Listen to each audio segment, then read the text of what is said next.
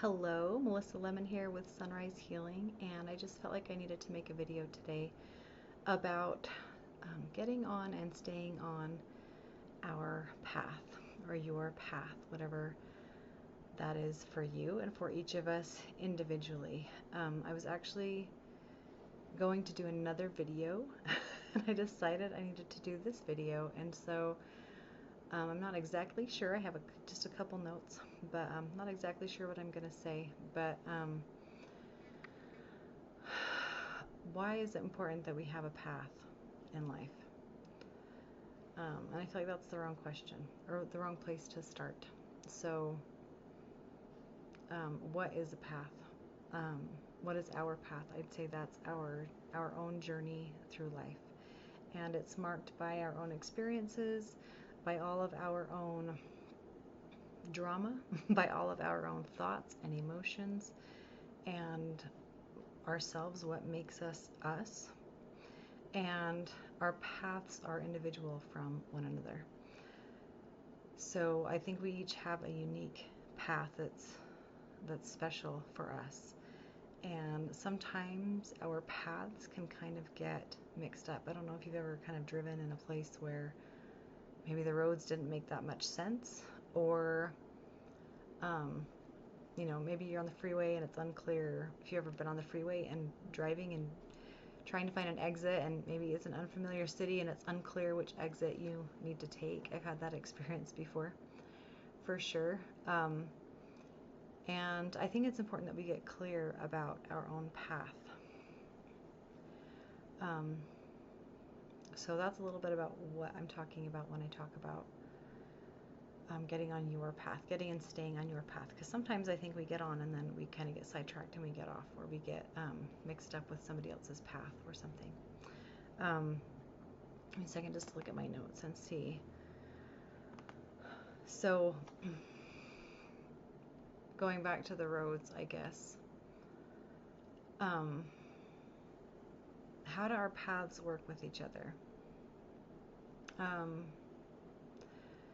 So I think it's easier to understand this as like, maybe there's a bunch of roads everywhere, but we have our individual car. We have our individual way to get there on our path. And so we will cross other people on our paths, and we will go on different roads and different ways and things, but the ultimate goal is for our path to be our own path, our unique path, and to have our own vehicle of getting there, if that makes sense.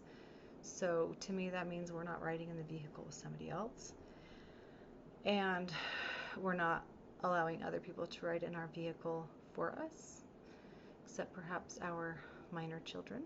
Even our kids, when they get to their own age, have their own car. They have their own path. Even, actually, I feel like from the time they're born, they have their own car and their own path. And we just spend a lot of time in their young years teaching them how to drive. So that's kind of how I'm thinking this path works. So we have a route.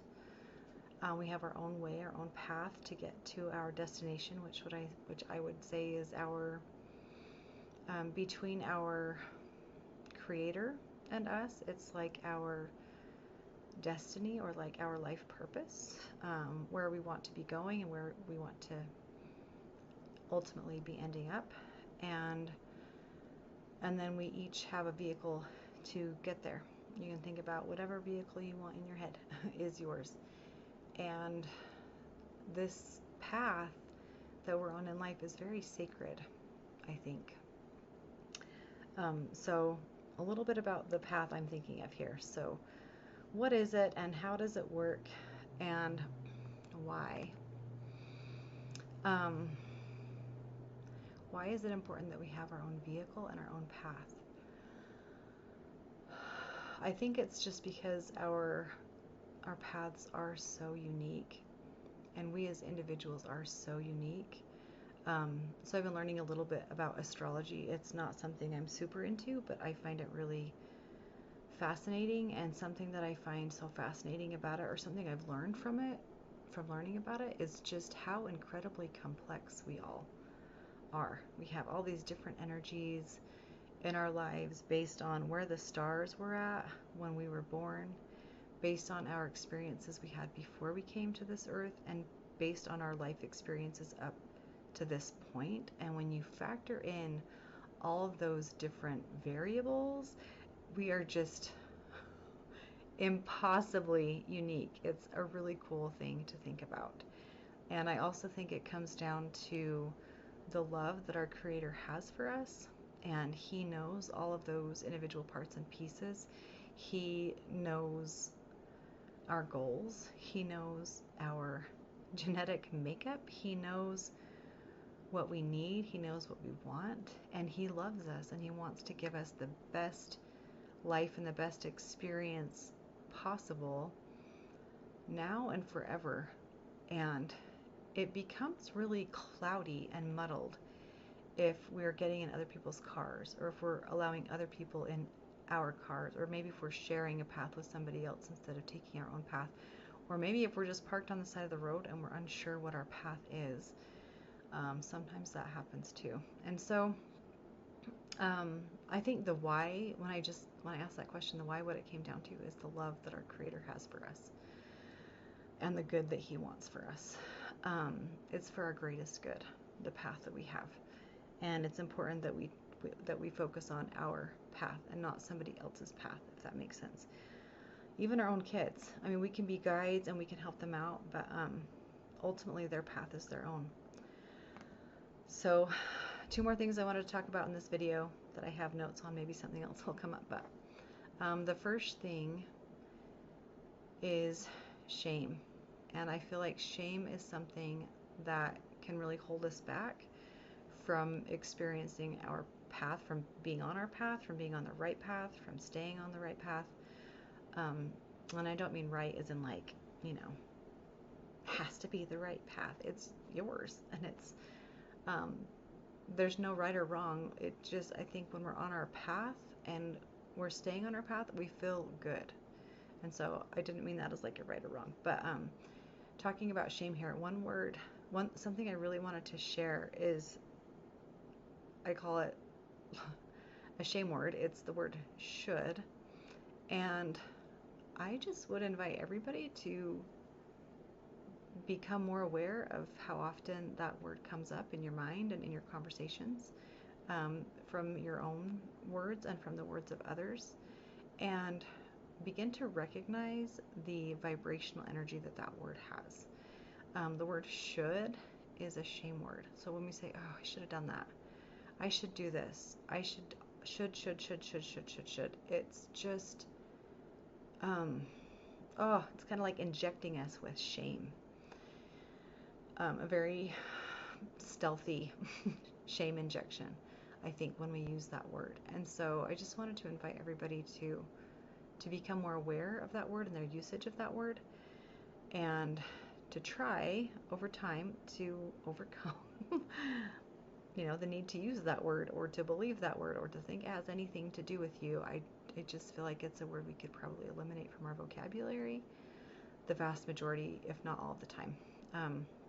So I wanted to share that. And how does shame relate to our path? Well, I think the shame that we have in our lives, that we hold in our hearts and in our minds, cripples us from getting on our path sometimes, definitely from staying on our path. It would definitely be one of those things that keeps us parked on the side of the road. And so I feel like it's probably the biggest thing that keeps us parked on the side of the road instead of continuing our journey on our path. And so, again, I just invite you to begin to recognize the word should and other words that kind of bring up that vibration of shame. Shame is actually, as far as I'm aware, it's like the lowest on the vibrational, emotional frequency. It is the lowest emotion that we can feel is shame. So, eliminating that from our lives is pretty important. I feel like there's still something else I want to say about shame, but I'm not sure what it is.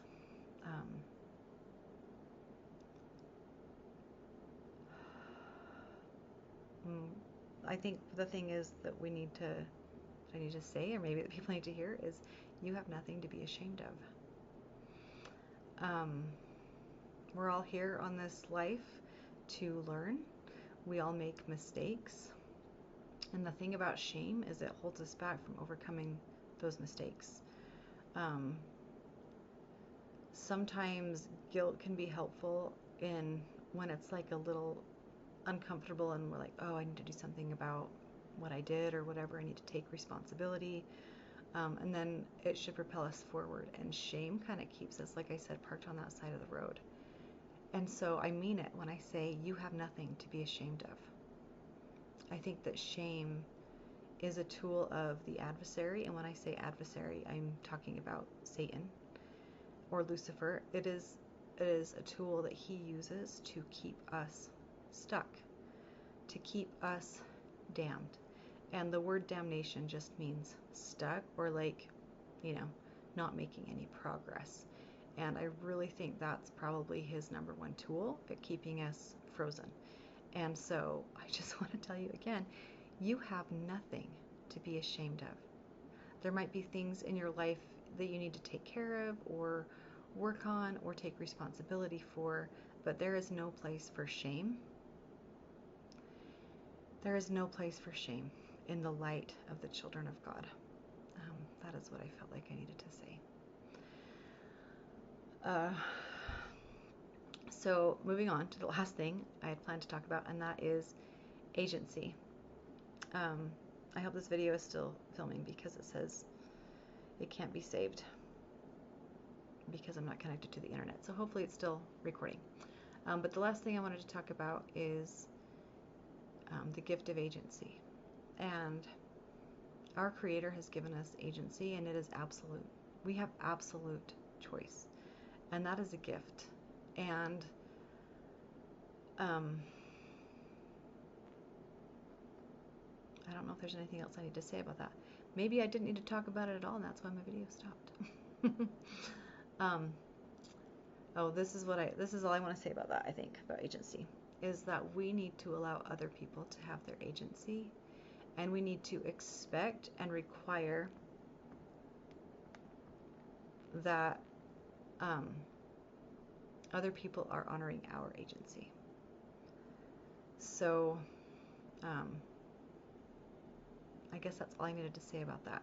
So again, we need to absolutely respect the agency of others, and we need to expect and require that other people honor our agencies. And I keep getting these notices.